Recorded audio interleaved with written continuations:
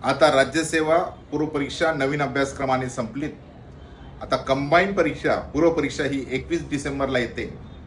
मग 21 डिसेंबरला आम्ही बऱ्याच वर्षापासून एका वर्षापासून काही आता नुकते सुरुवातीला म्हणजे तयारीला लागले. मग आता 100 प्रश्न आहेत, साधारणतः 70 प्रश्न 65 ते 70 प्रश्न अचूक येतील कसे, याचं खरं नियोजन म्हणजे तुम्हाला स्ट्रॅटेजी असं म्हणता येईल.